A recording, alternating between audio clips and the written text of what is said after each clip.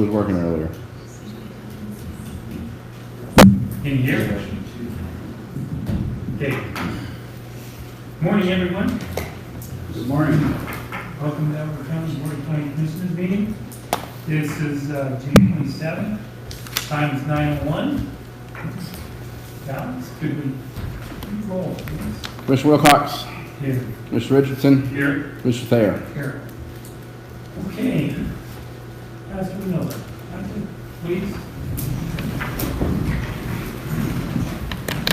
Shall I go to the Lord in prayer? Almighty God, your steadfast love controls everything, so thank you so very much for the rain, and you know we need some more. Thank you for the country you've given us the privilege of being born into and a part of, a country built on the idea of freedom. And Lord, help us to use our freedom not to serve our selfish interests, but to serve one another in love. These things we ask in Christ's name. Amen.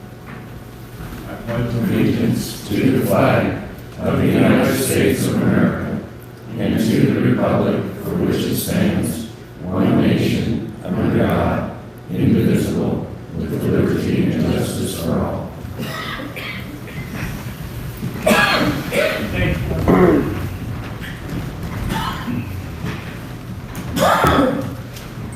Okay, Randy. Right.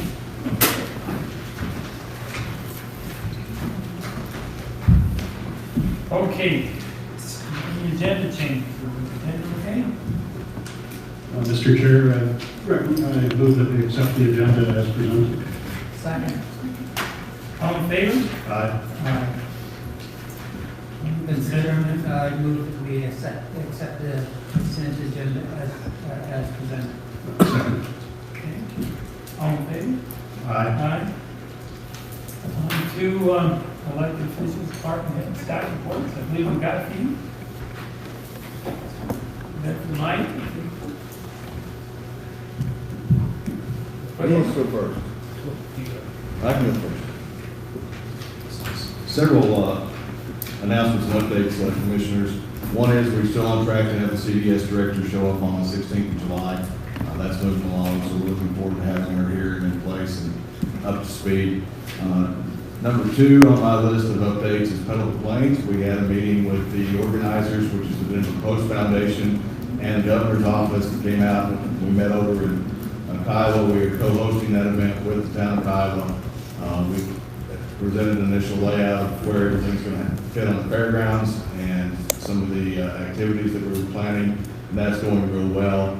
Our next step on that is probably to have a community meeting. I'm trying to round up some more volunteers, some more organizations that want to be involved, and start the messaging around that. So we're moving forward with that Petaluma Plains event, which is in September. Number three is there is a meet and greet work study session that was posted for this afternoon. This is a meet and greet with the USDA Rural Development appointment for this appointee for the state of Colorado. She'll come and talk to us a little bit about what USDA Rural Development offers rural communities. And so it'll be a great chance to just pick her brain and kind of figure out what she can help bring to Elbert County in ways of development. Number four, we are advertising for a compliance officer, code enforcement officer. That position is out there right now. It'll be posted for 30 days. This is a position that we have felt that is needed for a while to help us enforce our zoning codes and compliance. And so that's going to be under the CDS department. And so we expect to, once we get some candidates in and the application period closes, we'll start setting up interviews for that. There is another meeting tonight. We're going to meet on County Road 178. It's an informational meeting for the community. It'll be myself, Public Works, the county attorney, and the county engineer. And notice has been posted about that meeting.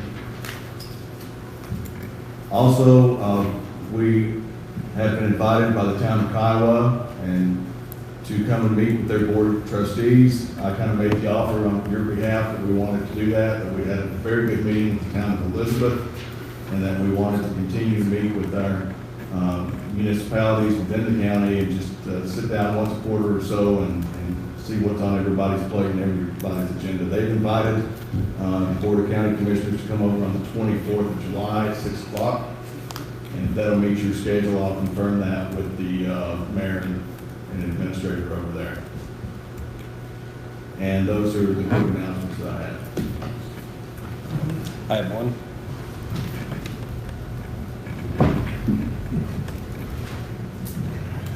Afternoon, morning, Commissioners. Justin Clausen, Director of Administration. I'd like to inform you that Reuben Brown is our auditing firm that is auditing the budget and finance areas, auditing our books, and they have notified us that their process is complete, and we have posted a notice for a work session with them so that they would like to come in and present to the three of you. And that notice is posted for 10:30 tomorrow.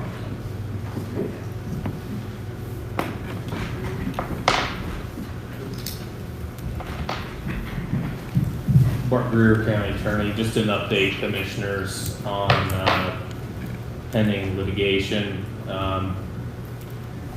Just an update on the litigation that was ongoing with the library board regarding the appointments policy. There has been, as the board is probably aware, an intergovernmental agreement that was drafted and worked on by both parties to that litigation. Came up with something that was satisfactory to everyone involved. That essentially guides the appointments with respect to that particular board. The litigation associated with that as a result has been settled, and so that's just the update with regard to that particular litigation that was the county was involved with at that time.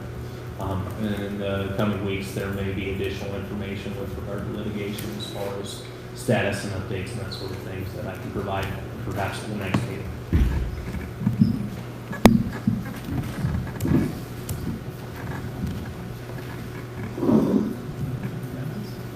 Rachel, do you have anything to say? Whole table gets something today. Good morning, Commissioners. Just want to give you an update on last night. I'm sure everybody's curious about what the procedures are going forward, particularly since we have such a close tally at this point for the commissioner race. Procedure going forward, there's an 8-vote margin between the candidate Hartsook and candidate Pettit. And when we leave the night, election night, we still have some ballots that we have not tabulated. We do that on purpose. And that's done for a couple of reasons. One is that we have an 8-day period for any overseas and military to be able to return their ballot.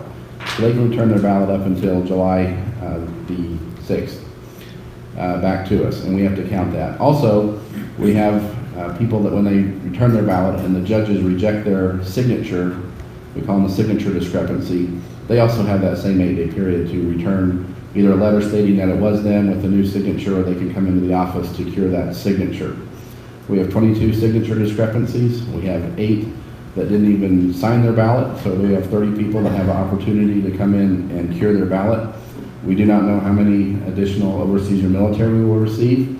We did hold back 58 last night, and we also have the opportunity to receive some ballots from other counties as well. The way the state law reads is that you don't have to have your ballot to your county clerk by 7 p.m. You have to have it to a county clerk by 7 p.m.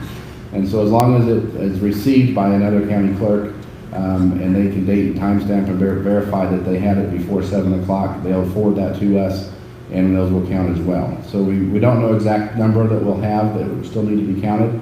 I'm going to guess that it'll probably be somewhere between 70 and 100, but we don't know that until the July 5th. So the numbers will stay the same. We're not going to be doing anything else until July 5th. We have to wait till after 5 p.m. on July 5th, and at that point, we'll bring the judges in and we'll run whatever ballots we have at that point. We will do another upload to the ENR, the election night reporting system, and another download to the state as well. But those will still be uncertified results. We still have our risk limit audit that we have to go through. We still have a canvas that we have to go through before they become certified. And so it'll probably be a 2-week period before we actually get fully certified results. As we stand right now, we are not in an automatic recount, but we're very, very, very close. The state law requires an automatic recount if the margin is less than 0.1%, so it has to be pretty close. And right now, even the 8 ballots don't quite put us there, so it needs to be pretty close for us to have a recount.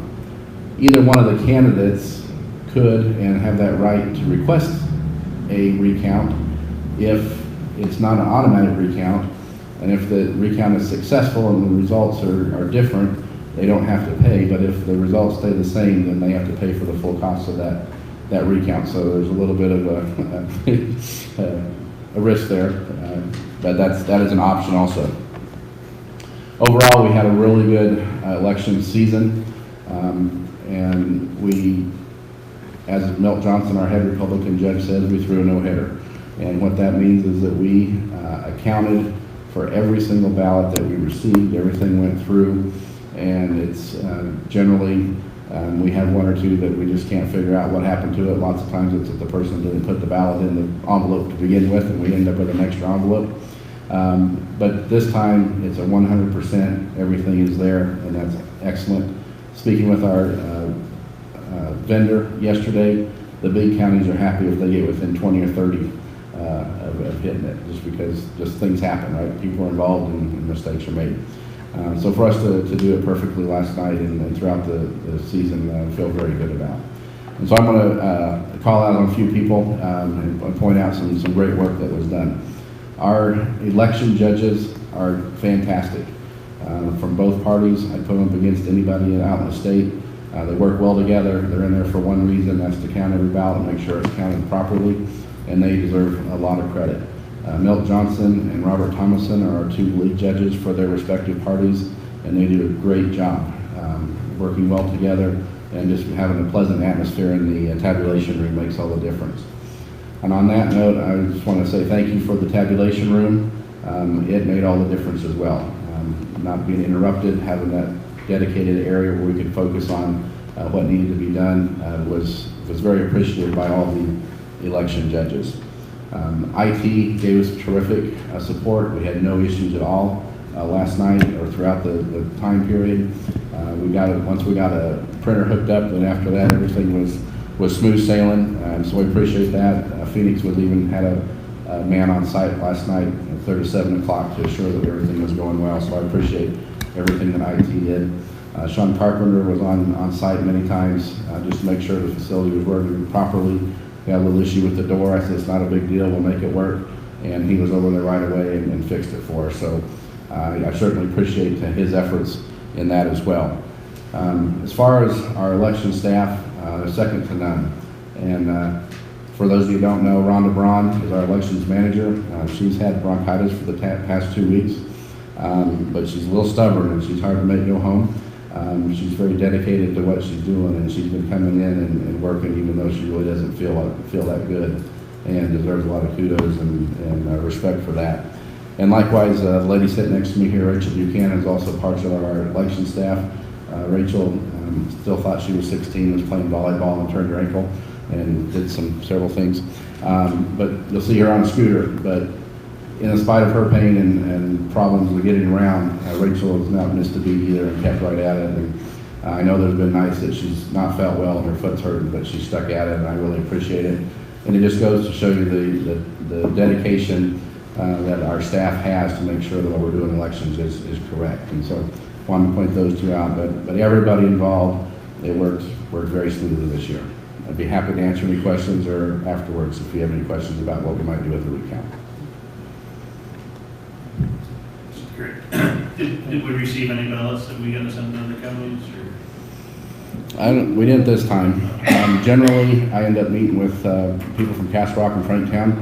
I wear glasses and a hat so nobody knows, and we just kind of do a quick switch. But generally, We do pick some up. Last election, we even had one, I think, from Mesa or Garfield, somewhere a long ways away. Someone was coming through and just dropped it in the drop box. So it's not uncommon. It does happen. We've had them from El Paso, Arapahoe, but Douglas is the most generally the county that we end up having extra ballots from. Busy time, thank you.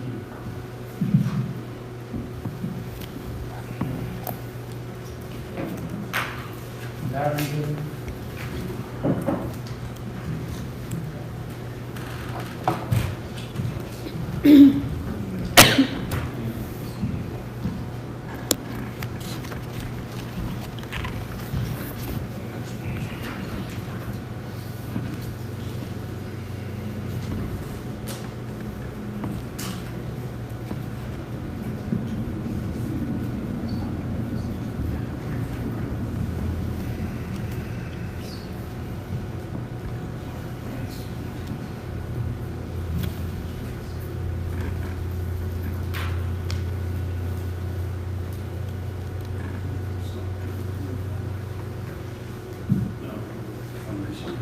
in my number. It's 58. There we go. You just needed to be corrected. Mine are all.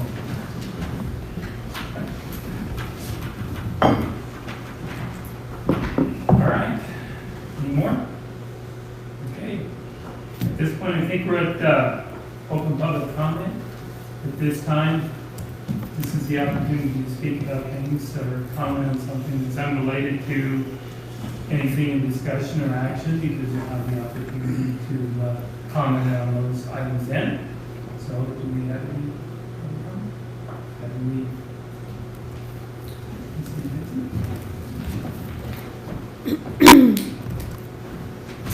Morning, Commissioners. My name is Susan St. Vincent. I'm at 1950 Legacy Trail in Elizabeth. As president of the Library Board of Trustees, I am here today on behalf of the Pines and Plains Libraries Board to speak publicly regarding the many misleading statements in the county's June 21st press release. Such statements have caused confusion potentially among the public regarding the recently settled lawsuit between Elgin County and the libraries. First, the county claims the libraries abruptly sued the county after 10 months of public discussion, which Commissioner Thayer now is quoted to say that this could have been resolved over a cup of coffee. A review of the BOCC's agendas and minutes for 2017 reveals that there was no discussion of substance regarding the appointment policy, nor was a text of the policy provided until May 2017. The library submitted written objections and legal-based corrections to this draft, which was then tabled by the BOCC and not taken up again until 7 months later on December 20th at a public meeting. On that meeting on December 20th, a member of the Library Board of Trustees pointed out to the commissioners that the latest policy draft had not been made available on the county website and requested that consideration be postponed to give the public a chance to review the document. The BOCC essentially ignored the request and immediately approved the appointment policy. The Friday night before the lawsuit was filed, which was on January 12, 2018, I personally called Commissioner Danny Wilcox to let him know that we, the Library Board, were still hoping that the BOCC would withdraw the appointment policy as it directly relates to the library district. I let Commissioner Wilcox know that as a matter of legal timing, we would have to file the suit no later than the following week, which was 5 days from the night of the phone call. Hence, there was time for the BOCC to potentially take action. During that conversation, I point blank asked Chairman Wilcox if there weren't two specific people on the library board, would we be in this position? And would this policy have been created? And his response, without hesitation, was no. I clarified that we were specifically speaking of trustees Rick Brown and Jill Baugh, and Sheriff Wilcox replied, yes. During that conversation, I expressed my disappointment that the BOCC could not see the positives that Rick and Jill have brought to the library board over their years of service, and further pointed out that Commissioner Thayer had personally worked with them on the board, including 2 different budget cycles, without any verbalized issue regarding either trustee. I would remind you that there is a trustee removal process in the state statute, and that could have been utilized had it been deemed necessary. In a subsequent conversation, by the way, of Commissioner Thayer contacting me directly on Sunday, which he said was likely not supported by the attorneys, I posed the same question to him about the basis for the appointment policy, and he too stated that if it weren't for Rick and Jill, there would be no BOCC appointment policy. Within a few days of that conversation, I was made aware that the county had hired an outside legal counsel to address the suit, rather than utilize the county attorney who is presently on payroll. It's important to note that the commissioners, through an appointment policy, made an effort to politicize a non-political special district with a vendetta against 2 specific trustees based on their personal politics, and as Chairman BOCC stated to me, that they are a thorn in their side. The commissioners were invited on multiple occasions to attend library board meetings, however, none were ever present. Which brings us to the present. The lawsuit was recently dismissed because the BOCC did enter into an agreement through an IGA, as previously spoken about by the county attorney. The agreement states that it supersedes the appointments policy, and also states that the BOCC shall not apply to the district. The relief we, the library, were seeking in the lawsuit is exactly what ended up occurring. In light of this language, it is astonishing that the county's press release quotes Commissioner Richardson as saying the agreement reached parallels the language of the approved appointments policy. This is far from the truth. Additionally, Commissioner BOCC stated in the press release that 3 trustees' terms have expired. This is also untrue, as his claim that 1 trustee's term expired actually a year and a half ago. The 2 terms that are actually up include Trustee Suzanne O'Neill and Rick Brown, which expired in January 2018, and I expect that the recommendations for appointments to these positions will be made at our next meeting, which is tonight in Sonoma.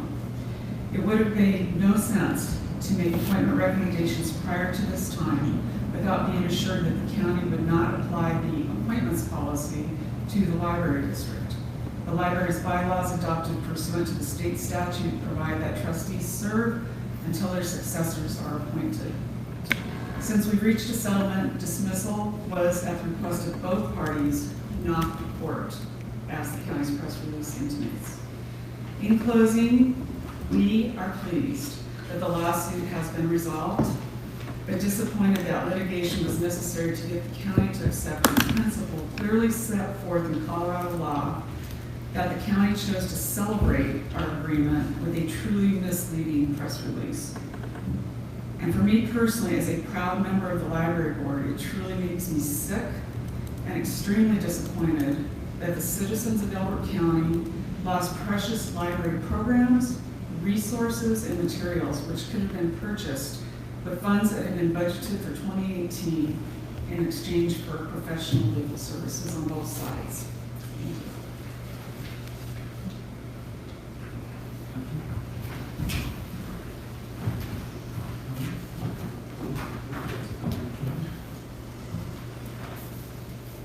Yeah, I do have a comment. I did serve with Susan, and Rick, and Jill, and Suzanne, and all these people, and it was a pleasure to serve. The lawsuit to me was childish. It accomplished nothing. The existing employment policy and this policy, and I speak to the press release in some regard, I do think it could have been solved over a cup of coffee. And I tried to reach out and suggest that. Be that as it may, the lawsuit continued, and I guess it's really not technically a lawsuit, it's a complaint. Be that as it may, it is a legal thing. The issues, as I understand it, were the appointments and the ratification process. That was there before. It has just been, how do I want to say that? it's been put into a legal document that basically says whatever's in the appointment policy is similar. It uses different words for sure. It does say that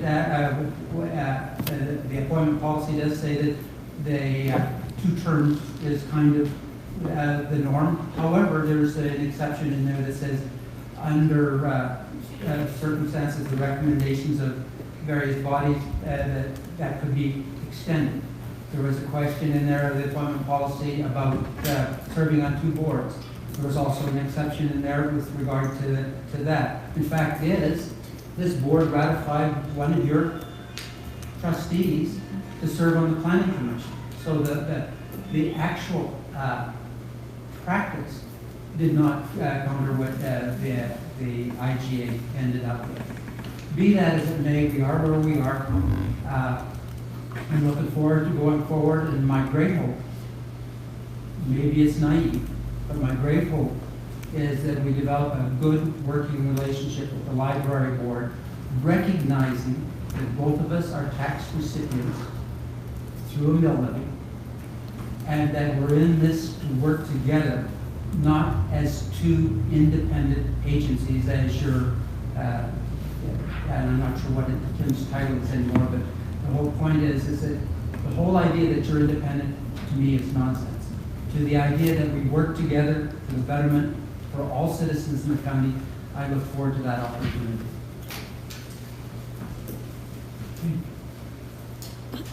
I guess the comment I'm going to make is, one, yeah, I did say all those things. She never did follow up, and we never spoke about it, with my true reasons. And they have nothing to do with political affiliation. And I'm telling you they don't.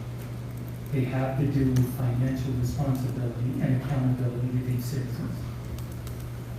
That's what it's about. Because I've been harped on by a number of people constantly about guarding of taxpayer dollars. And you take 2.8 mils of what I put in my tax money every year, and I do not believe you are financially guarding that money efficiently. Not by the way you're going about it, the way you've kept that building, the way you've continued with that. That is my reason. Okay, so we never talked about that. But it has nothing to do, and I will tell you right now, and I can promise you it has nothing to do with political affiliation. It has to do with my concern about the way taxpayer money is guarded and spent. So, with that, and then the second thing, the first thing I heard was that we were going to try to talk. Nobody got together. Nobody reached out. You reached out to me, thank you. We had a number of conversations that night about a lot of things. After that point, I think there was 5 days between that, nobody reached out at all, from either side.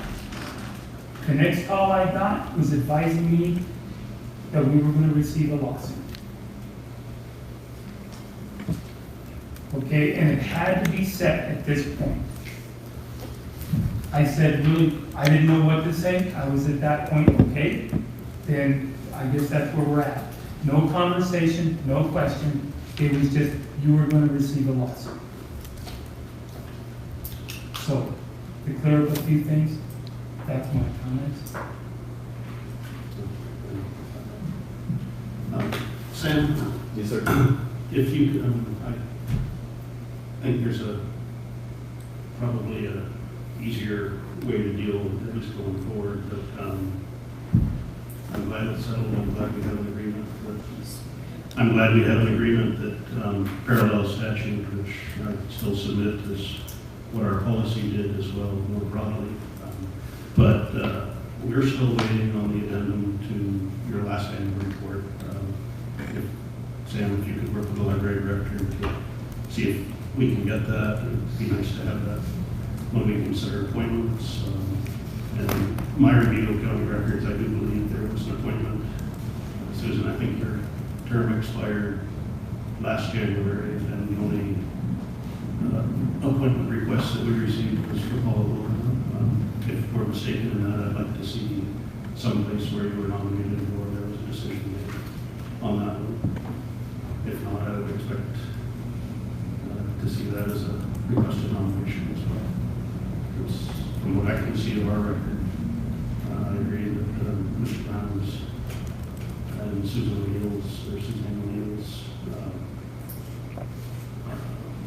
terms that expire at the end of January of this year, I believe, from what I can find. If you have other documentation, if Mr. Miller does, I'd like to see that as well. May I respond to Commissioner Wilcox? I beg pardon? No. I think I didn't talk to you. Well, or if we want to have You- a public you discussion, have public if you want to have comment. public discussion, I would recommend you get with the clerk. I beg pardon? If you want to have public comment, you have the opportunity to stand up and speak. Okay.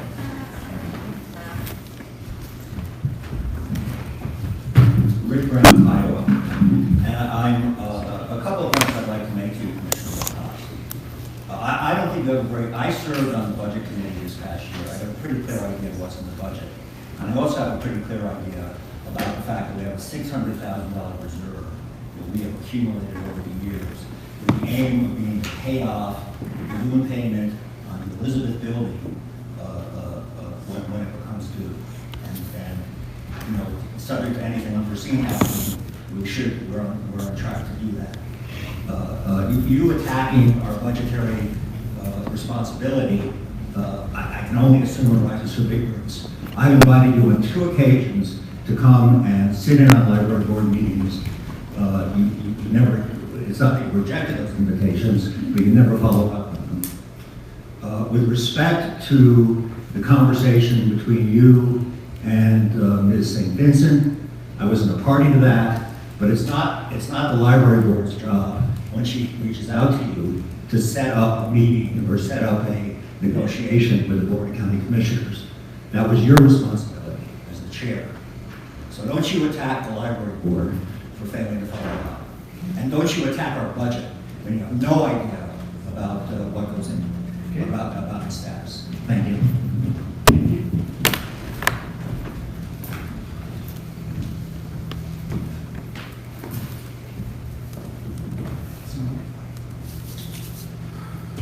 Any more public comment? All right. This time it's going to discussion items. I think we got fee schedule for buildings, CDs, and public works. Yes, sir, Commissioners, Sam Albright, County Manager. So we've had this on the agenda the past few times, kind of to do an overhaul of our impact application and permit fees. And so where we are now is I briefed last time that we were going to present a guidance document to really kind of take a look at what guidance is setting in that fees. The more I looked at it and reviewing. Excuse me, sir. Yes. If you have sidebar conversations, please take them out of the Papers room. outside. Excuse me, Rick? I'm sorry, she was asking me a question. Yeah, Well, if you can take it if you can outside take it and not outside. disrupt the meeting, that would be appreciated. So, one of the, so we have, the more I looked at the guidance document that I was getting prepared to coordinate with Board of County Commissioners, it read more and more as a policy. And I know we're trying to document more and more things as policies as moving forward. So I stepped back and I'm reformatting that into the policy format. I'll get that out to everybody for review. It will be limited to the fees and application fees, impact fees, and permit fees around development, which will include CDS and road and bridge and buildings. So that's going to come back to you guys on the 11th of July as a policy to be presented.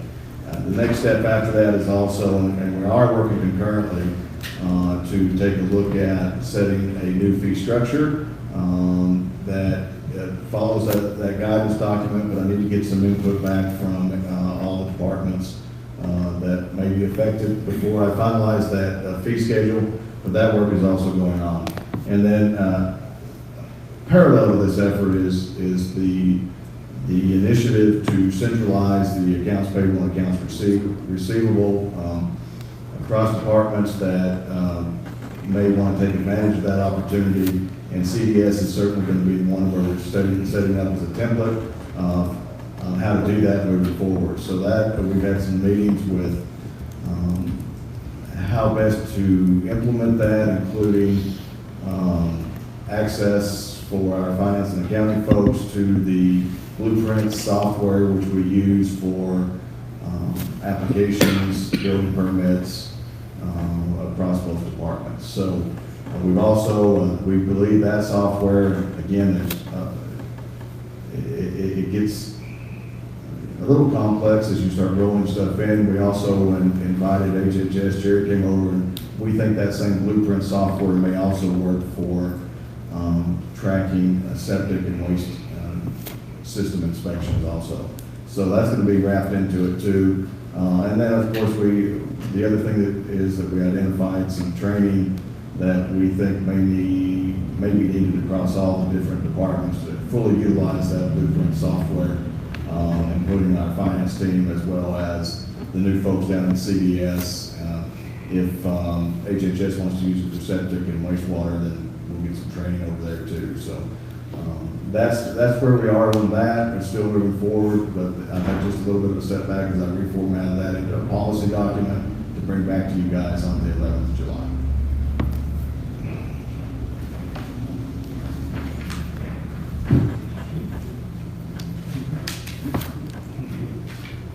All right.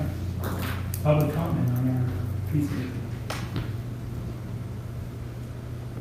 Okay, on to the next one, citizen engagement circle. That one's mine too, Commissioner. Give me a second to get the machines up and running.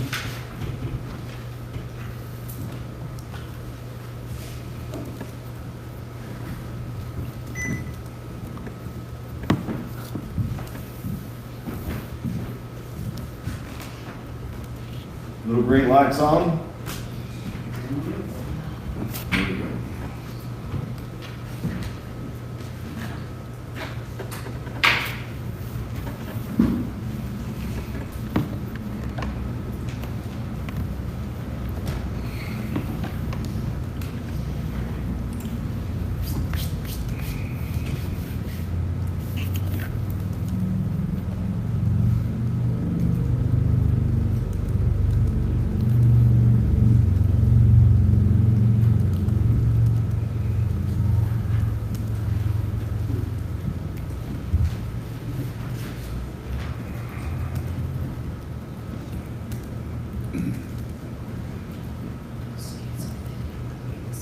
All right, let me work through these technical difficulties.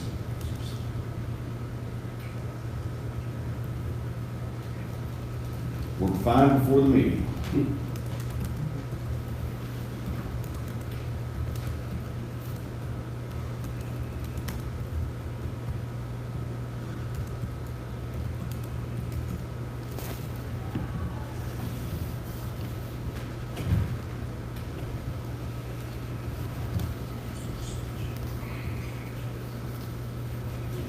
Okay, so as I briefed before, we did a citizen engagement survey that went out to all taxpayers in Elbert County, approximately 12,000 folks, just to begin the listening to our citizens process and try to find out what was on their mind and how we could factor that into operational and strategic planning for the county.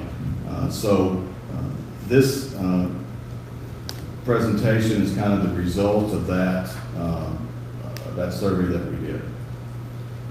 I'm going to talk about a couple of things. There's about 20 charts here. I'm going to roll through them. This is on the website as part of a background document to go with the staff report. If anybody has any questions or needs copies of that document, it's there. I want to talk a little bit about the validity of the document, the goals and the results. Talk a little bit about the demographics that came back from the survey respondents. And then I want to talk about the overall map of what it looks like, where the respondents came from. and then a result, kind of a analysis of the top concerns that came across. So if you take a look at the survey again, every organization hopes that they get a perfectly valid, statistically valid results. There's also some caveats that need to be mentioned. You know, this survey went out to about 12,000 people. Most were in the county, but there are property owners outside the county. These went out with the property tax notices that were mailed out at the first of the year. The survey was also posted and promoted on social media, which was controlled by the county, and social media sites that were not controlled by the county. So again, you're targeting a segment of people that have access to Facebook that may not be representative of everybody in the county. Again, one of the goals of this survey was that process of continuous listening to the citizens of the county, and I think that we took a great first step forward in trying to meet that. Future surveys, as we continue this process, and there will be future surveys, will build upon what we learned today. Results of this survey should be viewed as the initial attempt to identify major topic areas, and then we will incorporate those into our planning process. Some demographics of we had 685 respondents. Again, total population of the county about 25,000, and 12,000 survey notices mailed out, along with the social media efforts to get more involvement in the survey. 685 opened the survey, 608 completed, 77 partial surveys. They were all scored also. 55% respondents were female and 45% male for those that chose to answer that question. 5% born and raised in Elbert County. 30% have children under 18. 93% feel safe in Elbert County. I think that's a great number to hear back. One of the things that we learned in this was, okay, so we got these great demographics. How does that compare with the true demographics of the county? What I've not done is gone back and compared with the state demographer's office on if they have any information on what those demographics look like for the county residents. This side over here talks about how long people have lived in Elbert County. The greatest percentage is less than 20 years. 28% between 10 and 20, 23% between 3 and 10, and 17% 3 years. Education level, talks a little bit about that, and then employment status, 27% retired, 45% employed outside of Elbert County, and only 28% employed inside Elbert County. If I'm not just kind of looking at the numbers, so. Sure. So we got about 2.5% response. And as you had said, it's kind of self-selected, pushed out on emails, so it's, I'm glad we have the results. To me, it's kind of it's a survey of perceptions of those that were self-motivated to answer. So Correct. either feel strongly enough about something that they want to have a voice, which is, it's good to know what the perceptions are and what the strong pockets of feelings are. Professional survey folks would say, you know, you ignored the people who didn't have the ability to reply online, so therefore you would have needed a paper copy to either be mailed or available, and then again, they would have to self-select to come in and actually fill out a paper copy in order to do that too. I'm glad we did this, and we did it as broadly and inexpensively as possible as we go forward. As we're looking at the budget for next year, it's interesting to see if there's a firm that can do some statistically valid pollings and can move forward and work with confidence that the responses we're getting actually reflect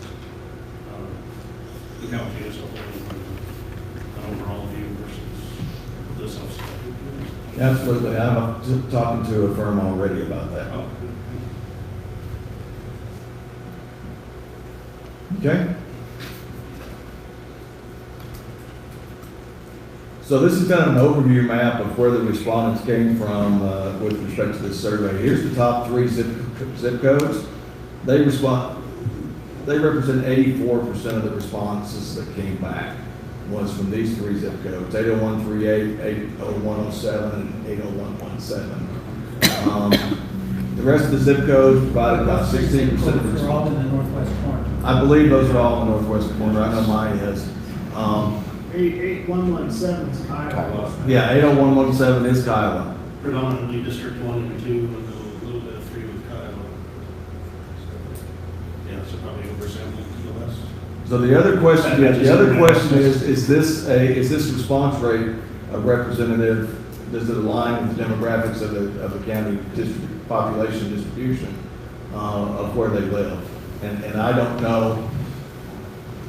It would be interesting to take a look at the number of surveys that were mailed to 80138, or the notices that were mailed to each of these areas and compare to see if this area was overrepresented or underrepresented, or again, it's the validity of the survey and the response rates. Any questions on that one? Okay. We asked the question, how familiar are you with Edward County government? 48% said they were moderately familiar with the county. The rest distributed pretty evenly on both sides of that, moderately familiar. We asked the question, is Edward County on the right track? What we found is that it really is going to kind of depend on the office or department. 40% said it depends on the office or department. The other, right track, wrong track, and unsure, meet alongside that. In every survey question, there was the option to write in a written response. We reviewed those and compiled those into what seemed to be the most common categories of responses. And these were the areas of concern. And you'll see these carry through in other questions too. Overdevelopment, road improvement, traffic issues, the Board of County Commissioners, water, sheriff, safety, crime. And again, if you look at the response rate along the bottom of this bar, is the number of respondents on this question by zip code. And again, and I'm sorry, that's the additional written responses. You can see the total over here, 75 on the top line, and on the bottom line was the number that just answered the question.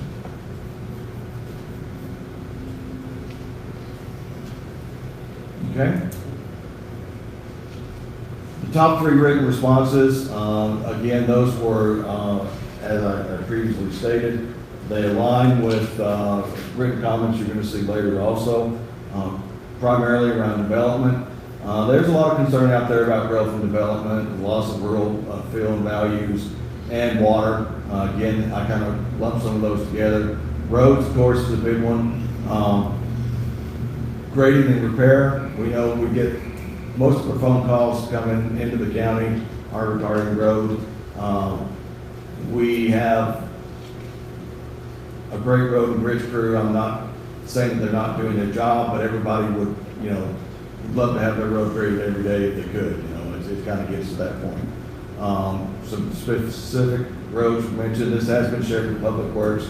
They take a look at it also. So we'll continue to plan and try to do the best job we can in the funds that we have. Some concern on the commissioners. This was listed several times. To me, this is more of a cultural type of legacy issue that I think is out there. I think we continue to try to do a better job communicating what the county commissioners' goals are. I think that the town hall meetings and the meetings with the different municipalities continues to help see that. What would be nice to see next year is when we do the survey, if that same trend is there. How satisfied with county employees are you when you conduct county business?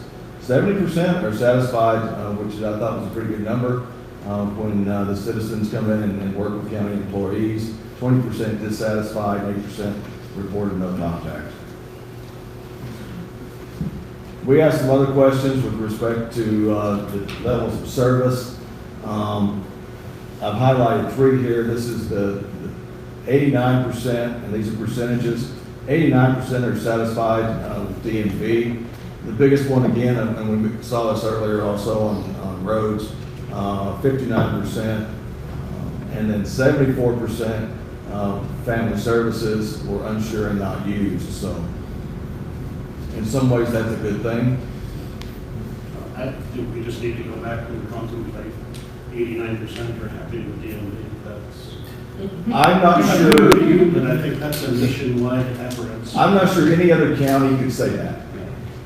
At least not in any of the counties I've lived in, or the states I've lived in. 89% satisfied with DMV. The health safety stuff, going right below it, all the health, life, safety. Yep, law enforcement, emergency response.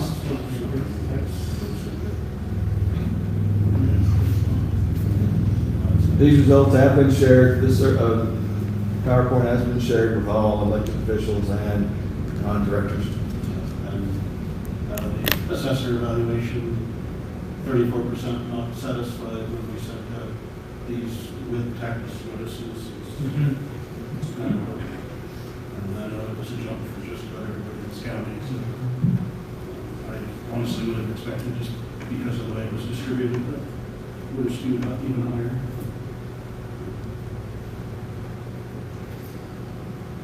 Okay.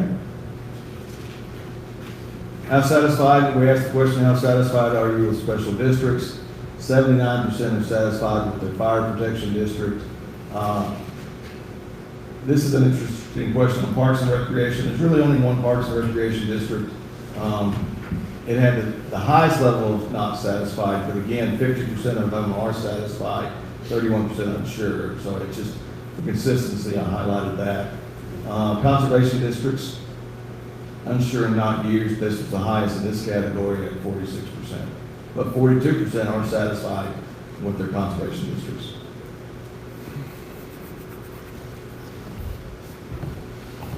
Priority regarding county government operations. Financial transparency, of course, ranked extremely high on that. Increasing revenues was medium at 57%. And hours and days of operation was the lowest, the highest concern over here. But again, as far as high priorities, it was fairly low.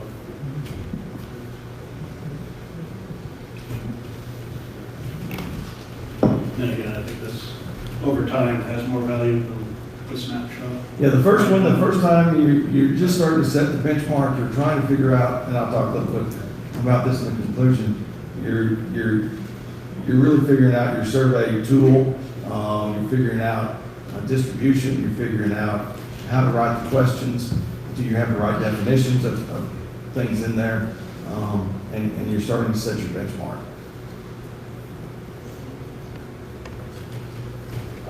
We asked a series of questions on how accurate are these statements. I'll highlight a couple here. One, 96% of people thought this was an accurate statement that Elbert County is a good place to raise your family. Not very accurate. The highest on this chart was 51%. Does Elbert County have good job opportunities? And then not accurate at all. 30% was adequate transportation.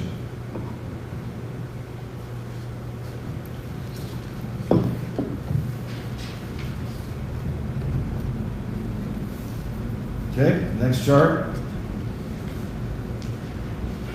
The a level of agreement with the following statements. Again, I'll highlight just a few. 88% agree that Elbert County should work with water districts and landowners to secure water supply. The disagree somewhat, the highest in that category was 38%. Elbert County spends tax dollars wisely. But again, 32% agreed with that, 30% strongly disagree. So the numbers are interesting as you dig into either side of some of these. The strongly disagree, the highest category was that Elbert County listens to its citizens, even though we're doing a survey about listening to the citizens. So again, if you look at 37% agree with that, that actually is more than the strongly disagree.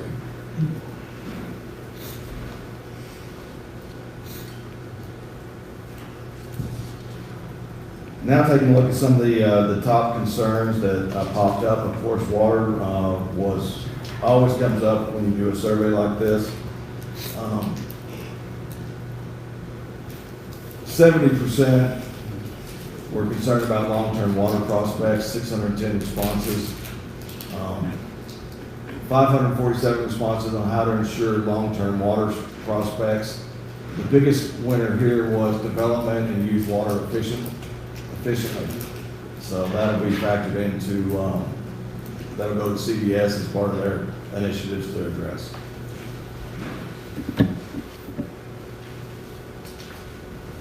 The next one is the priorities for housing development. 71% of the respondents believe that single-family and 5 to 10 acre lots are the best. The second highest on that is the cluster homes. And then 13% on multifamily homes.